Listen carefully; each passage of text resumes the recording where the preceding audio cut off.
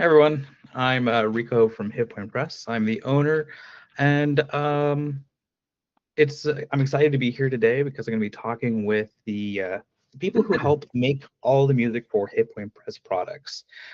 Very excited because we've actually been working with them for about 5 years now, from Humblewood to Heckna to Big Bads to Fool's Gold, and now even the upcoming Humblewood 2 Beyond the Canopy, which we will be able to get a listen to a little bit later today.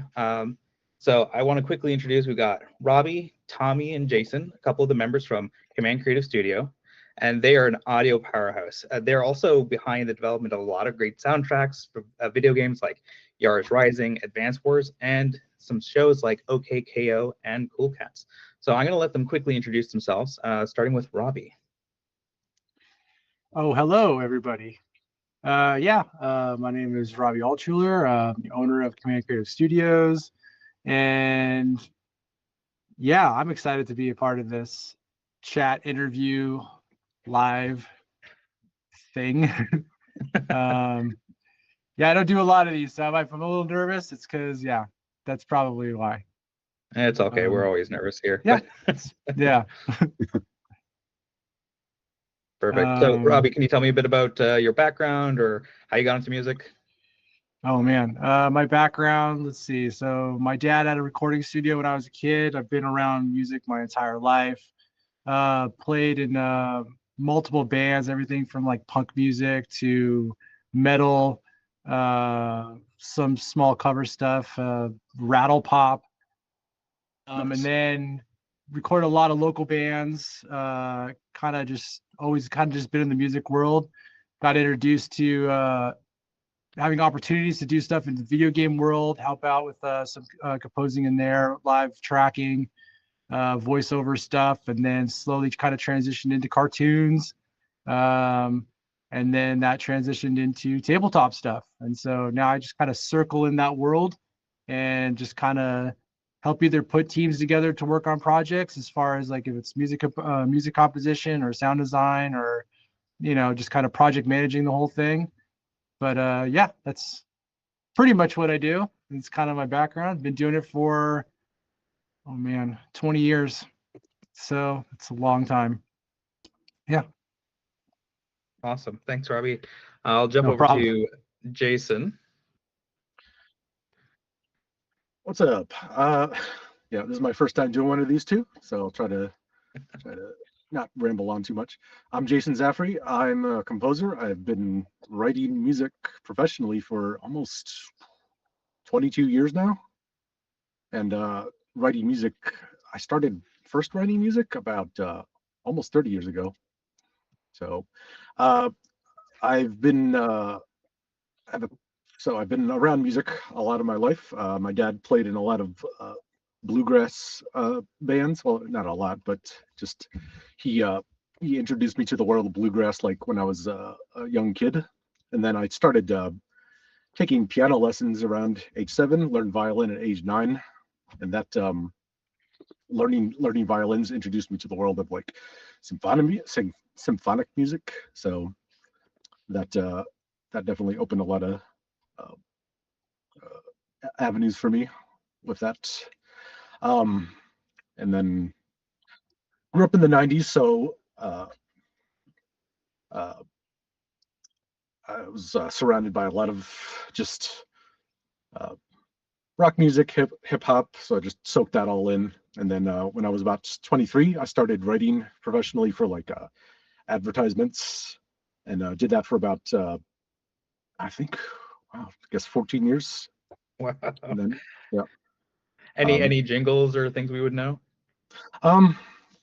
There's one thing I did. I did the Universal Television logo back in 2011, I think. Yeah, 2011. I think it's still playing. So at the beginning and end of every show, that's what I did, and so you hear a little bit of me there. Awesome. So yeah. Perfect. Tommy, we'll jump over to you. How are you doing? Hey, I'm okay. So Yeah, I'm equally nervous about introducing myself. I feel like we're all somewhat nervous about that part. After that part, it's all smooth sailing, right? We're not big streamers. Okay. Yeah, I'm Tommy Pedrini. I write music and sing and things, and play marimba on video games, animation. I mean, composers aren't too picky. We'll write for anything that's interesting media-wise, but those would be kind of the specialty areas, you know. Video games, animation, and tabletop RPGs, thanks to all of you fine folks here. You've given us such interesting stories to tell. So you know, all the hit point things that we've worked on have just been a blast. They're up there in my favorite credits as far as like creativity and exploration go. Some of the other things I've recently done. I was the music director on Yars Rising, which came out from Atari and WayForward earlier this year. We talked about it really briefly. That included 20 different artists. So between the three of us, we also had to like coordinate a bunch of different creative artists and different guest artists and get everybody on the same page for this like enormous score, which is somewhat similar to another game we worked on together called Vitamin Connection. We've also worked on KKO and Mau Mau, and I've been doing music for about 15 years. I won't dive into the deepest origin story, but my family owned a music store. My parents were both musicians as well. My mom is a classical flutist and has actually played on our first Humblewood soundtrack.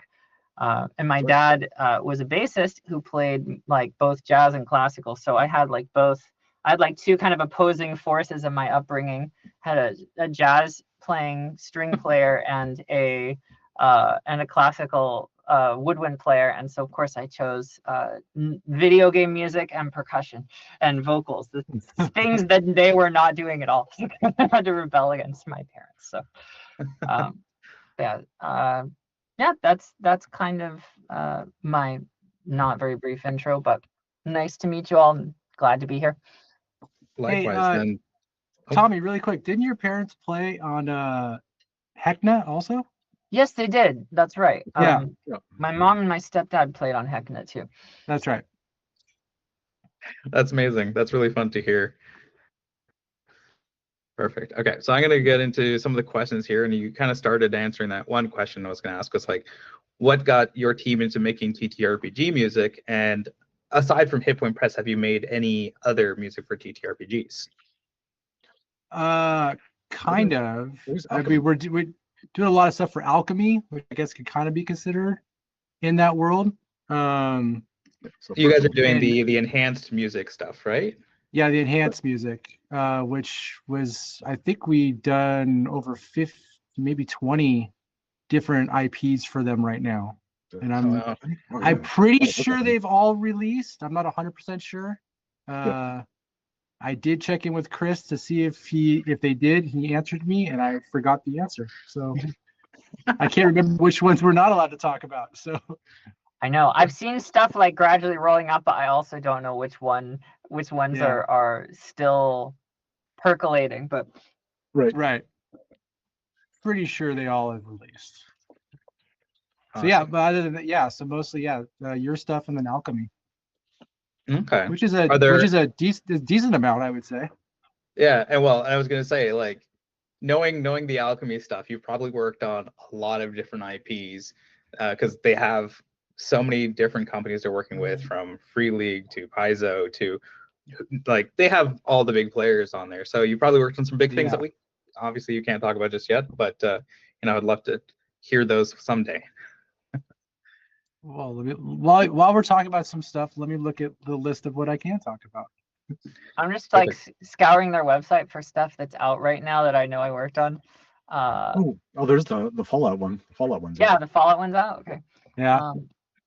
I did the Dragonbane one for them. That was really cool. Yeah, that's Tales from the Loop is out. Oh yeah, I did that one. Yeah. Remember that? Let's see. Dragonbane. All these are out. Yeah. Cool. Forbidden Lands, Mutant Year Zero, Twilight 2000, Morkborg. Yeah. Morkborg is out. Yeah. Morkborg. Jason, you were killing it on that. That was great. Yeah. That was the sludge metal track. Yeah, that one came out great. Thanks. Or not sludge There's metal. there's Humblewood Tales. That's on here. That's right. We did Humblewood. That technically counts, I right? can't forget that one. That technically counts. Have you guys heard the music on that one? The Humblewood I don't Tales. think I don't think I've heard the Humblewood Tales revisions. Oh, No. okay. Yeah. So that was definitely something. If you can send me that my way, I'd love to hear it. Yeah. I will get that right now for you. Give me 1 second. I'll put it in our chat. Solid. Okay. So, do you guys play TTRPGs, and do you use music when you're playing your games? We don't play a lot of TTRPGs. We've tried to dip in. A lot of people on our teams do, or when we work with a lot of our partners, like Laura Seraphine, who's recorded for us a bunch, specifically loves not just TTRPGs, but a lot of hit points campaigns, specifically. So one of our main vocalists we go to. So I was like, oh man, I can't wait for the new Humblewood. So that's pretty cool. A lot of our sound design partners have also gone in on it. Some are DMs even. So whenever I've tried to play, it's always been kind of a homebrew thing that falls apart after 1 or 2 sessions. I think this is not news to anyone in the community. No, it's a common complaint. I spent 6 hours making a character once, and then we never met again. So I think that's happened to me 2 or 3 times in different settings, but I sent you a link to that music. Oh, What you guys do with it is up to you. Well, we'll take a listen. Actually, do you recall what the name of the track is you guys completed or ready for Humblewood 2? I'm looking for the name right now. Did it have a name? Actually, we did not. It did not have a name. We just called it Travel Tune. Yeah. Travel Tune. Allie, can you find Travel Tune? Okay. In terms of the original Humblewood soundtrack, do you guys have a favorite? Favorites. Like a favorite that we've done personally, or just overall? Just overall. It could be one that you personally did, or one that you just enjoyed from that series. And yeah. Well, I really like the theme, Humblewood main theme that Sam did. Yeah, that's really good. Yeah, I keep quoting that on the new soundtrack too, just because it kind of weaves through everything so well. Yeah. Piece, baby. Of my own contributions, I'm probably fondest on the first soundtrack of The Long Road Ahead, which is kind of our marketplace. That's the one I was thinking of. Actually, I like that one too. Who did? Right? Yeah. Who did Bandits? Is that Bandits? No, who did Bandits? I did the Bandits one. Jason did the Bandits thing. That was really good. Bandits is really good. Yeah. My favorite that I did was the Scorched Ash one. Scorched Ash. Because I got to do really big, dramatic Hollywood stuff. Yeah. I'm trying to remember the name. Here it is on Apple Music. That's right. It's on Apple Music and Spotify. I'm trying to remember the name of the one I really liked of yours on the first one too, Jason. Oh, Winnowing Reach. I thought you did an incredible job. Was fun. Got to flex the bluegrass a little bit. Yeah, that one always gets me. Oh, they're all great tracks. I love them all. I think the Bandits one I like the most of that original, but I think that the entire soundtrack's fantastic. I actually listen to it quite a bit in terms of just like when I'm relaxing. So it's nice to have that. I was curious, are there any particular composers you were inspired by when making these tracks? I know personally when I sent you the original list, I was like, here are some people I really like from like Jun Chikuma. Obviously, we have Final Fantasy music, Chrono Trigger, those kinds of like inspirations. But were there things that y'all inserted into that people may not obviously notice? Right. Well, Tommy, do you wanna? Oh, is a reporter supposed to reveal his sources? I think I can speak for Tommy and I. Both of us really love Chrono Trigger music. Yeah. And, yeah, Yasunori Mitsuda. Mitsuda. For me Tell me if I also, pronounced that right. for me also, Kikuta, who did Secret of Mana, is an Yeah, incredible, Secret of Mana. incredible inspiration. Exactly. I really like gospel tier inspirational composer. Like, have this framed photo of when I was like a 15-year-old nerd and met at a convention tier composers, Yoko Kanno, who I think you've sent us a few references of hers, because how could Yeah. you not? Yeah. I think we've gotten like the Yeah, same track on a few different tracks maybe, because Do it again. it's Yoko Kanno. How can you not? So she's just absolutely evergreen inspiration to us, Totally. and particularly for me.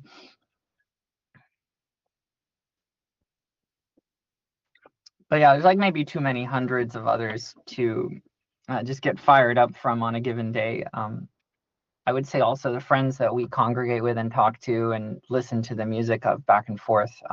We have, a lot of composers that we talk to on a daily basis and sort of fire things back and forth and get inspired from being in that community. And that's probably an equally large part of it. I'll hear something that like Sean Bilo or Narek Papoyan or Jemphibious or is working on or something, and just be like, oh yeah, this is so good. It's just a friend of mine sending me a work in progress or something, and that'll get me equally hyped. So sometimes we get these just friends of ours who fire us up, which is great.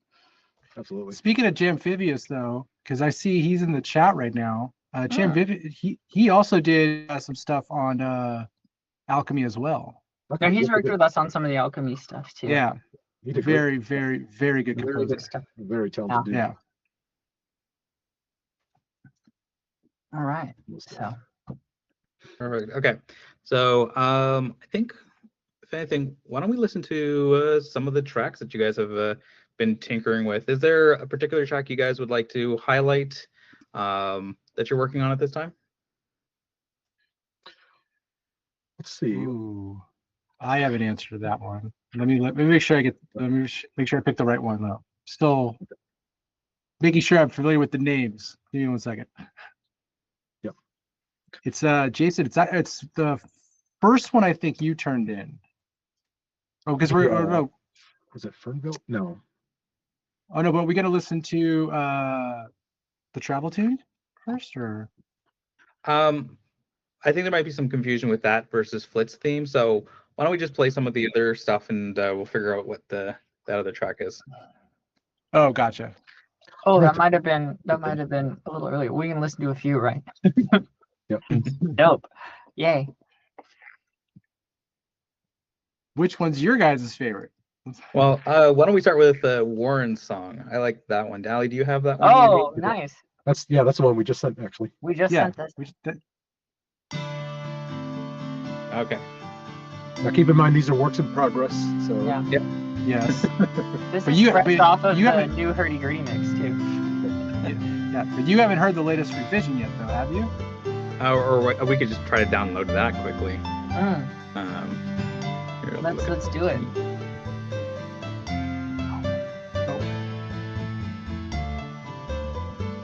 Gotcha.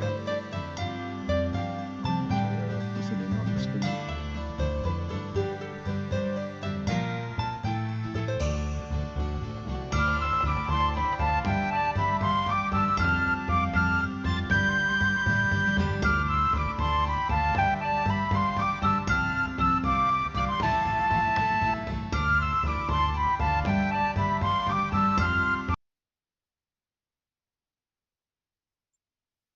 Perfect. Okay, so that was Warren's song. So who is leading that track? That would be Tommy. Tommy, Yeah. tell us a bit about this one. The Warren song. Okay, so this is like I was kind of scoping out the reference art on this, because the first note I remember on this, and this is the only one we've done this round that we've actually like gone back and revisited after the first draft, right? I really wanted to just like kind of scrap it and start over after the first, which was this more tranquil, like cozy fireplace kind of song that I came up with. First pieces of information that I have are, okay, this is like a cozy resting spot, right? And I'm like, okay, I'm gonna lean into the cozy resting vibe. But then looking more at the key art and going, okay, this is, this sort of mountainous, sort of tranquil, but really kind of like there's temples and there's like kind of official seeming vibes to it and stuff. So something that is a place of rest, but a little more, I guess, meditative or reflective, but more of a village, more of a celebratory vibe too. So we tried to drag out a little more of a like, okay, this is kind of like a lively but still relatively reserved space. And also the other note we got was more hurdy-gurdy. So we added more hurdy-gurdy. And actually there's even I think this is the this morning mix, and then this afternoon there's an even more extra layer hurdy-gurdy version. So, can't wait to hear it. Okay, do we have another one we're gonna try playing? Jason, do you have a track? Well, I'm liking how the Fernvelt. Did I say that right? Fernvelt. Fernvelt. That's perfect. Yeah. That's the stompy one. Okay.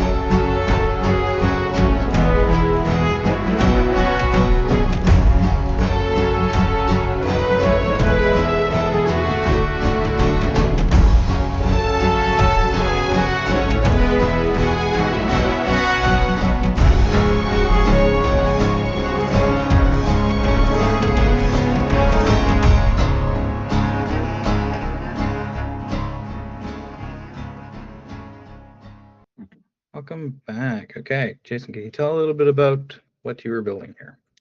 Sure. Well,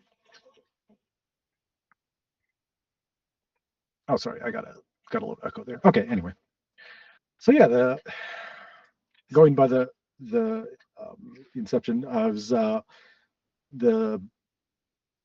it's a lot of like hooved creatures, I'm assuming. It's like a cattle type.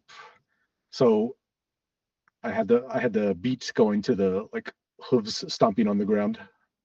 I intended it originally as kind of a war march, but that might not be like the actual vibe, but that's okay because it's kind of more of an exploration thing.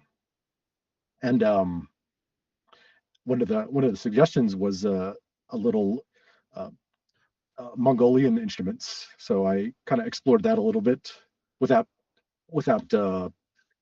kind of ripping off or just going into the Orientalism too much. Just a little taste of it in there. So yeah, this one's really fun. And also it's definitely got like a cowboy vibe too, because I got the really down-tuned acoustic guitars and just chugging away the whole time. So, and yeah, just really fun stuff. That's awesome. Another one of my favorite tracks I've been listening to lately is the Halara track, and I know we were playing around with like vocals or not vocals, because one of the big things is Halara is the home for the Illyrian, and we were wondering, could we do Illyrian language song? But we realized it might be pretty complicated, being that it's like its own language itself. So it's like people singing in Klingon. having to get people to understand how that sounds properly. Because like the language is meant to be spoken as if a cat was trying to speak, which is a lot in itself. So I've been enjoying what I've been seeing there, and I think this next question kind of leads into like, we present to you like a list. Basically, we create a spreadsheet that says, here are the 10 tracks we want. We give you some examples of the YouTube videos or like music tracks that we have inspiration behind those things. Can you tell us the process from taking that brief to finishing a track? Is there anything you try to do to incorporate narrative into those tracks? Want me to start? Yeah, you go. Sure. Well, Robbie, maybe you can start with the sort of nuts and bolts part of the process. Like, obviously, this information's got to get communicated to us before we open up the DAW, right? So yeah, so it can't happen without you. Right. So a lot of times I'll take the information, we'll put it on a spreadsheet, and then once it's there, we'll have a team meeting, and then we'll just kind of just have conversations on which tracks are speaking to which composer and stuff, which ones actually think go with their strengths, and then just from there, then we'll figure out like obviously who gets work on what, and then which ones they'll collaborate with each other and stuff if they needs to go that route. It's very similar actually to when we do music composition for cartoons, where we'll take a cue sheet and then we'll basically look at the cues that have to go into the cartoon, and we'll go, all right, which parts are your strengths and stuff, and then which tracks kind of use the same instrumentation, which tracks are using like kind of like the same genre, so it's easy to kind of transition into those and stuff like that. And then once it's there, then Tommy and Jason, whoever the other composers are, will they'll compose what we call a vibe check, and to make sure, like maybe it's like a 30 seconds to a minute long section of the music, and then so that way we can give to you guys, so that way before them actually fully fleshing out the idea that they're hearing in their head, they want to make sure that they're hearing what you guys envision the music to be. And then once they get that, which is actually it's the stage we're at right now with you guys for Humblewood 2, is to make sure that everyone's going in the right direction that you want them to. And then now Tommy, you could take over where you guys everyone's getting rare early access to some of these ideas, so subject to change, but right. these are all in a place right now where I think we know kind of directions working, and we'll move forward on them and tweak them a bit as we go. But from the creative point of view, then obviously we have some references or some ideas of, I want to hit this idea, or I really like the sound of this track, or I just love this song so much, I love this one boss battle, we gotta hit this vibe somehow, or some of the so Jason and I probably listen for some of the timbral elements or some of the instrumentation or groove features that might define that the Kefka battle track or something like that. To name one previous example of just like this is the vibe, what in this is actually like a core part of that. And then, we're not trying to just make a carbon copy or anything. We don't just sort of imitate it. We try and think about how those elements synthesize that emotion, right? We're always kind of thinking emotionally, and how do we bring out the identity of the project, but then also work in some of those sort of core elements or core arrangement factors and stuff. So that's kind of the technical side of it. And then we also have to just sit here and like agonizingly bang our heads against it until the melody works or something like that, right? I think we try to drive these pieces through melodic connection, so they'll be memorable and so that they'll be listenable again and again, and be something that people want to just keep having on. So the sort of technical timbral side, where we're just sort of trying to get the groove or the vibe, is actually probably secondary to trying to find a melody that'll carry the rest forward, or in the cases of really rhythmically heavy things, a way to keep the listener's interest or keep them drawn in. And I'd say creatively, that's really similar to how we work with video games too, right? In a video game, you have to be able to just play something forever, right? And not get bored of it. Or not irritated by it either. Yeah, and not irritated by it. Irritated, probably the most important part. Yeah. So yeah, Jason, I'll echo. Oh, Oh, sorry. yeah, right, go I'll on. echo that the tracks you've done are fantastic in the sense that I have forgotten that the track is still going on in some cases and have to go change it myself. But that's a sign of a good track where you're happy to just keep let it going. So Nice. So Yeah. I know that's at least sort of my way of thinking through the task at hand. Jason, maybe you have something to contribute as far as the workflow for you and how it differs or how it flows out. Yeah, it's more or less the same for me. I guess I could touch on more like the recording side because I have a various assortment of guitars, acoustic, electric, stringed instruments that once we got a full 3-minute track ready to go, like and if they need a little livening up, like I'll see what I can do on them. With whatever mandolins, guitars, or now hurdy-gurdy. I'm borrowing a friend's hurdy-gurdy for this. I But, wish I've yeah. looked at buying one, but they're pricey because they're so What? niche. Who knows? How heavy is it? Can you hold it up? Yeah, actually, let me get it out. Show us the hurdy-gurdy. Yeah. You got to defog your setup. We can't see your background. Yep. Well, we didn't want to spoil the hurdy-gurdy, did we?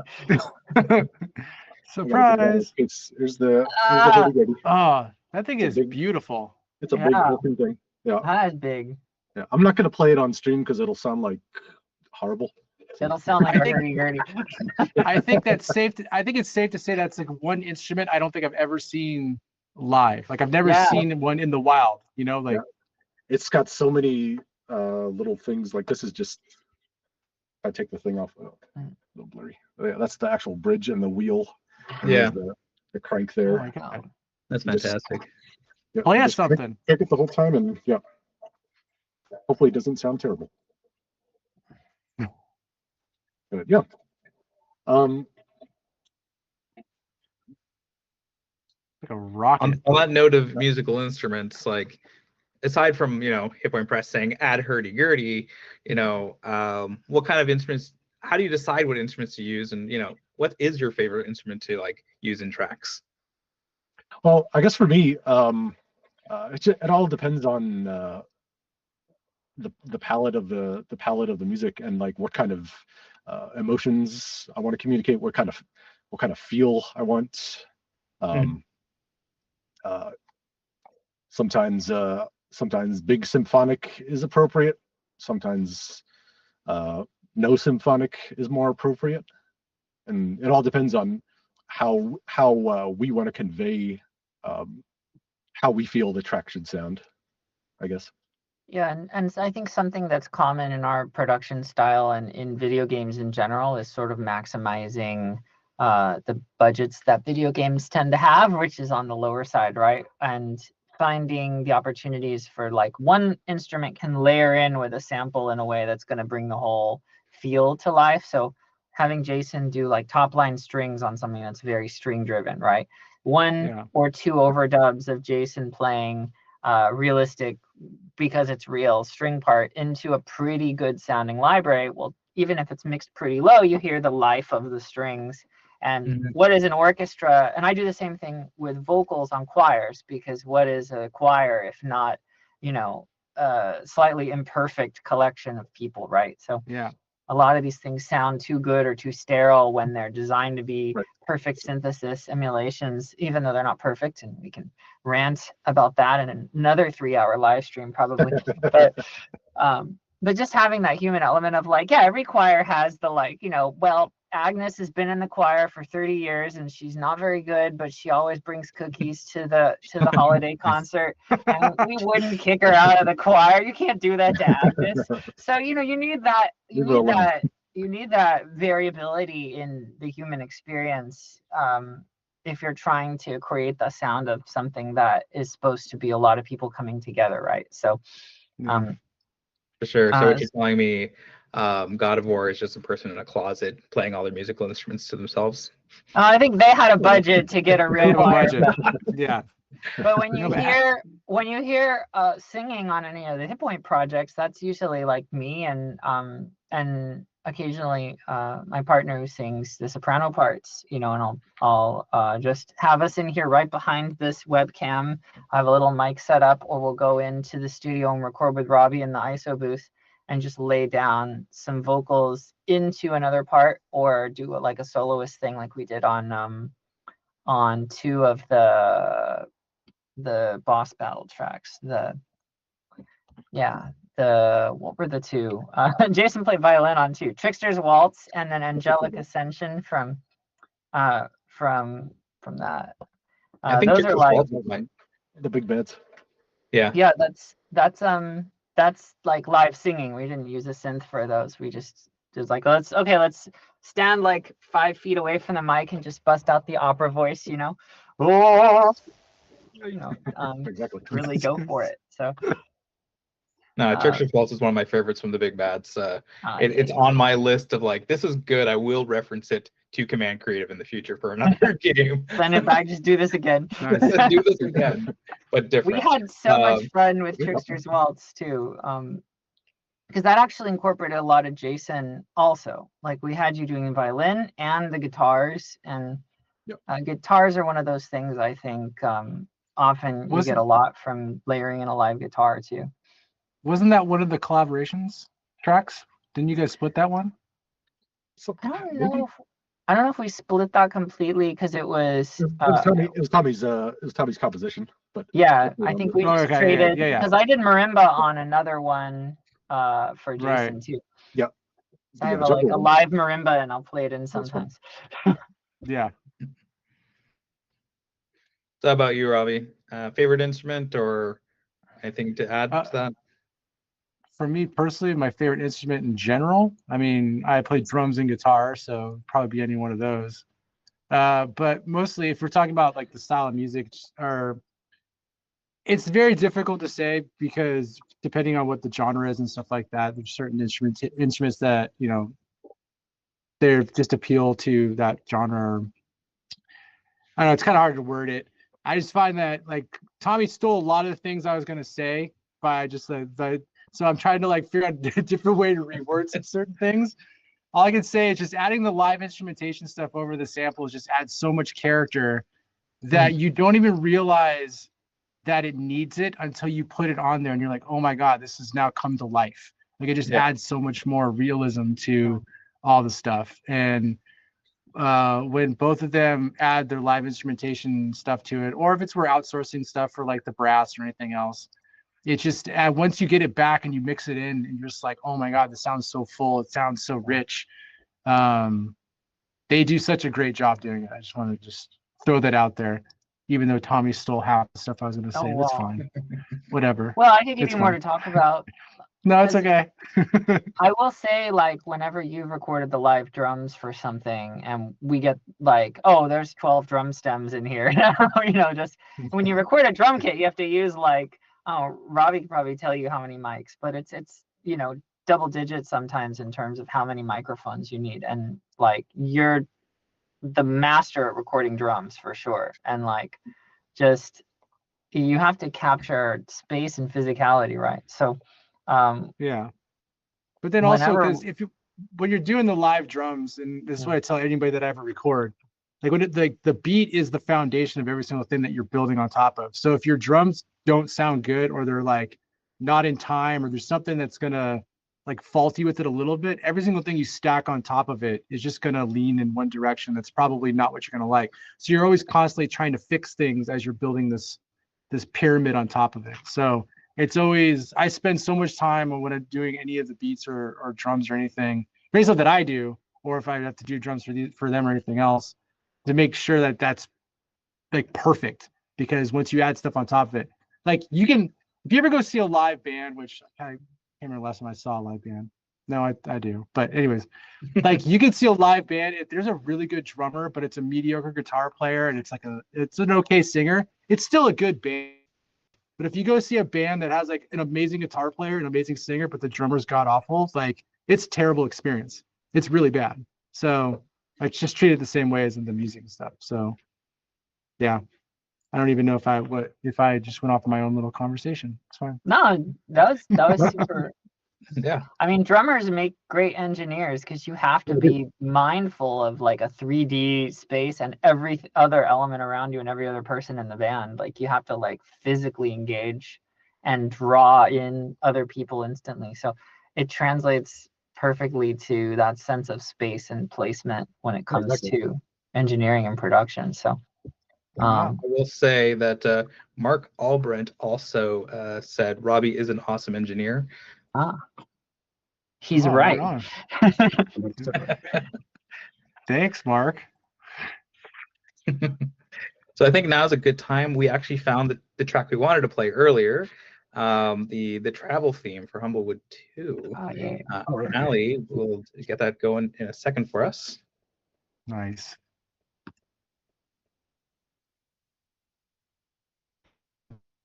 Okay, thank you. I'm going to turn up the stream a little.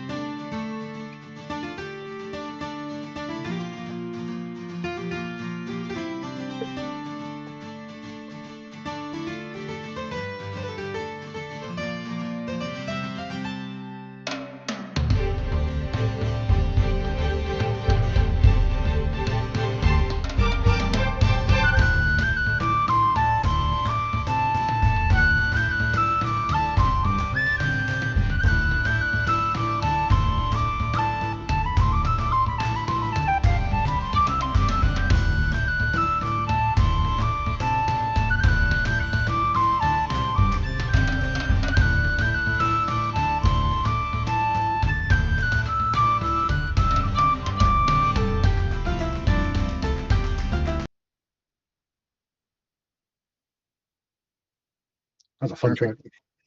Thank you, Allie. That one has a really long intro.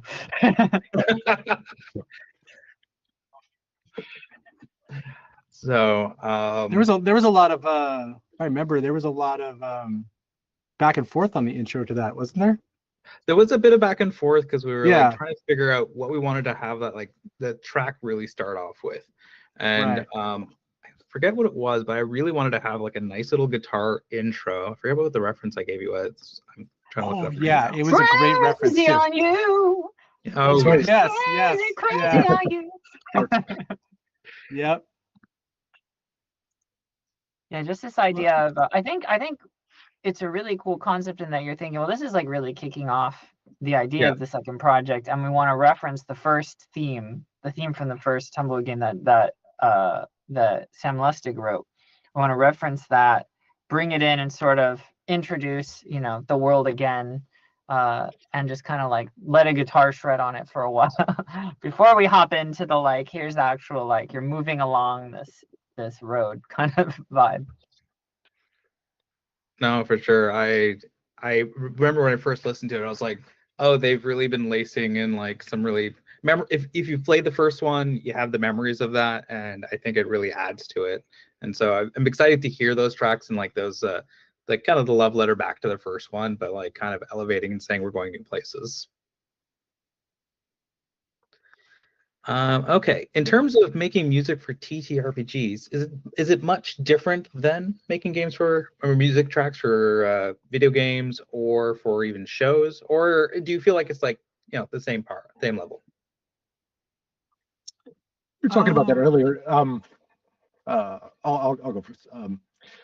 I've noticed like a lot of intersection between game music and TTRPG music a lot of the time, just because it's all about just putting the players in a space, essentially. That's like the unifying theme there. So yeah, stylistically there's a lot of overlap between, obviously we all love game music and use it as a sort of JRPG music. Yeah, and we love a lot of film music too and TV music. So we use all of this media music that we have in our sort of common language as a starting point for a lot of these stylistic things. So in that sense, it's very similar. On a creative level, it's a little different when it comes to like the song lengths and the idea that we're also making these like like kind of this is also something that stands alone as an album a little more. So granted, some of our recent game projects have been a little more aggressive in that same respect too. Like in Yars Rising, it's like all these 2-minute standalone pop songs, right? But most games, at least, are a little more focused on here's the environment, this is going to loop forever, it can be a minute long, you know. So expanding the idea into like a 3-minute track and often giving it either a really definitive ending or at least a sort of album version and then looping version treatment on a longer loop than what we might see in a video game. That's a little bit of a different workflow thing.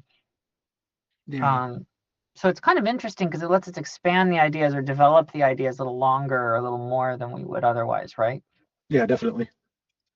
Or vary them a little bit.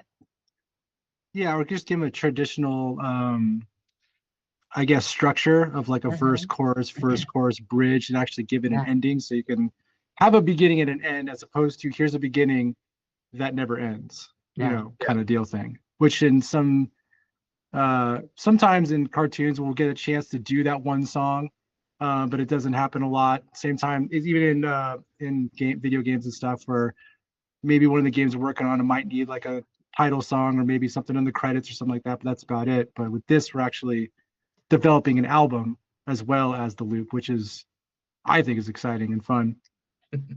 Yeah, it's more of like programmatic music, concert music kind of way of thinking about it, where you're just trying to tell more of the story solely through the music, which I actually think is something this shares with a lot of video games, where you let the music, depending on the video game, you let the music sort of be more central than in a film.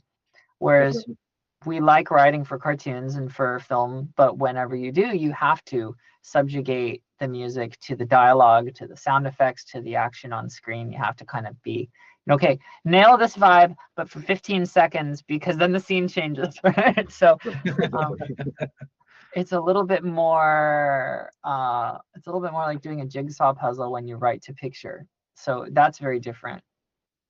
Yeah.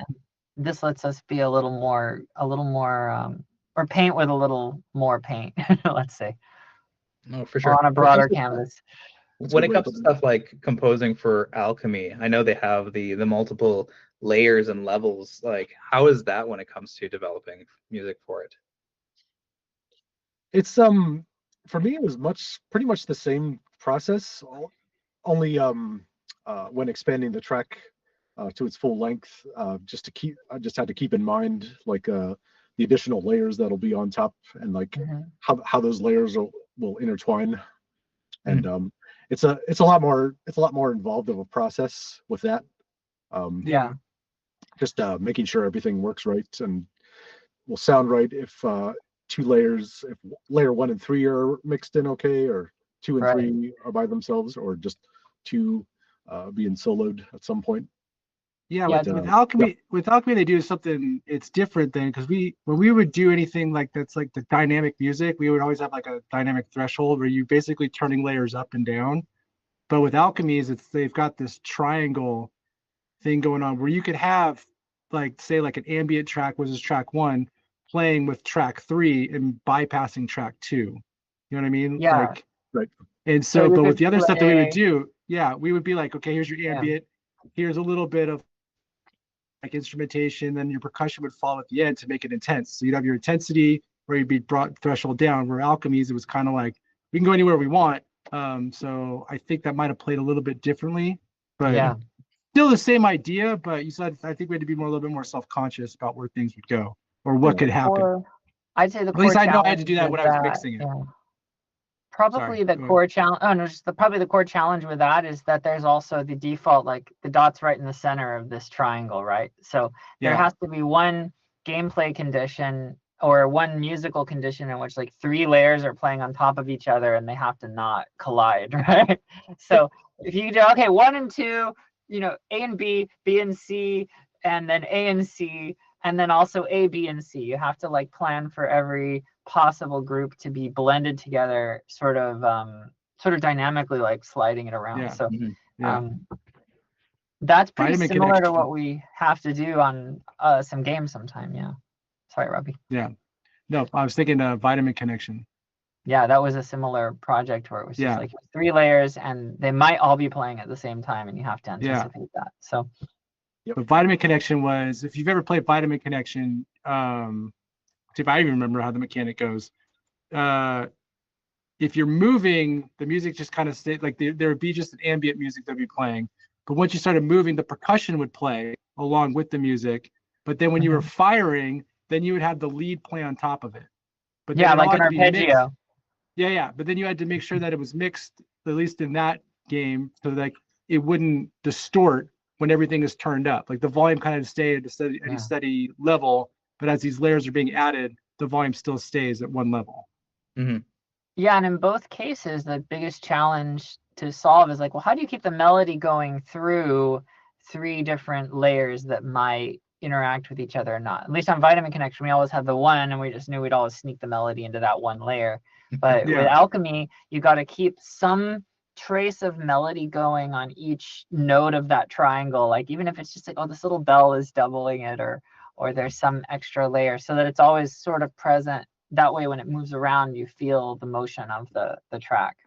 So yeah, it's like kind of a little bit of a jigsaw puzzle again, or paint by numbers sometimes. Definitely a good way of putting it. I think somebody asked a question in the chat.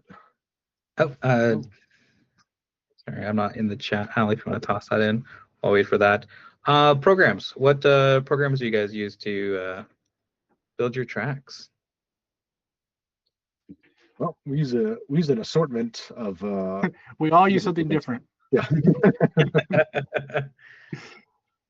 Oh well, we I guess the main unifying thing is we use these programs called DAWs, digital audio workstations, which is the catch-all phrase for these. I use one called Cubase, and I've been using that for about 20 years now. It's where I pretty much write and produce and mix everything, all of my stuff in. And Tommy is I'm a multi-wielder. I'm a paladin or something when it comes to DAWs. I switch between Cubase and Logic and Ableton Live, back and forth, quite a lot. It depends a little bit on what I'm thinking for a track. Oh, this one's going to be better for chopping up sampled audio or something like that, or I really want this stock effect or this one loop that this one DAW has or something like that. Or I'm really frustrated with this one because I had to use it a bunch, so let me just move on to this other program for a month or something like that. So I switch back and forth based on a variety of factors, but it's all kind of the same. They all kind of do the same thing. Some of them have strengths in certain areas, and just try to play to that. And then we also use, probably, I don't know, hundreds or even at this point thousands of different plugins and sample libraries, and sort of boutique, overpriced. Oh, but this one has the best acoustic bass, write-offs we have to get. Probably at least 50 just straight up synthesizers and things like that. The hottest, newest string library. There's always one of those.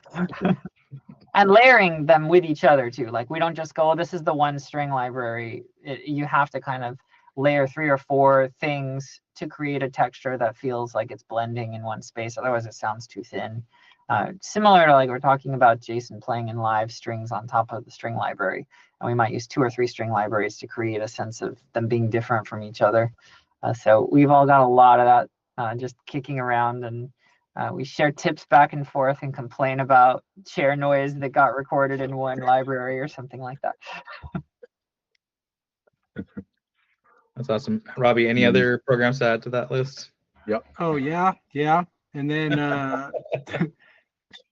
I'm Pro Tools, minimal Logic, but most of the time once they're all done, then they give it to me, and then I mix it and then prepare it and master it in Pro Tools. So by my count, that's 5 different DAWs that we use together. Yeah. So that's amazing, because like I know for us internally, it's like whenever we build something, it's like everybody uses Photoshop. It's always, if you're going to be image editing, it's the entire team has that. We know how to work with that. But it's fantastic to hear that you're able to do that mixture between programs, because like a lot of the programs that we're playing with just don't talk to each other. So that's cool to hear. Yeah. Well, that's kind of the case with those. I will say that 7 years ago there was a heated conversation in place about us all going to use the same DAW, and it didn't go very well. Let's just say that. So there was like, all right, let's just all use our own strengths and kind of do our own thing. But it was like it was a conversation where it was like, I want to be able to start a project and hand it over to somebody else, and they can continue the project using the same DAW. And it was good in theory, but at the same time, everybody has like, the thing about I feel about music is everybody's creative in their own different ways, and so everybody like they all may do the same thing, but they all kind of like are used differently, if that makes sense. So I feel like some programs, depending on like what Tommy said, like kind of how he's feeling, either he just needs a change of space in the DAW, whichever program he's using, so that way maybe he just feels like he just write better in that in the moment, because like music is very inspirational. So if you're not being inspired, you got to just change it up. And so I think whatever system you use is easier for you, so you can be creative. I think that's just where you go.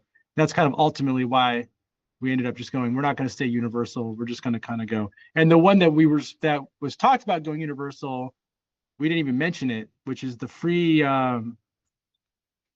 what's the other DAW? Was it Reaper? Reaper. No. It was Reaper. Remember? It was Reaper. None of us will use Reaper. We all remember that Griff used to use Reaper. It's really good for sound design. That's what I've heard. Sound designers love it. Yeah. But I think Matt uses it now for sound design. Yeah, but it's a very DIY DAW. It's the Linux of DAWs, basically. Yeah. I'd say like the thing with music DAWs, like I feel fortunate that we have such a big variety of like music software to choose from to like where we write our music. I know artists like pencil paper or just digital artists rather. It's pretty much Adobe stuff, or mostly Adobe stuff, or either that or you have the occasional sideliners mostly. Clip Studio or that's whatever. what it seems up to me. I don't want to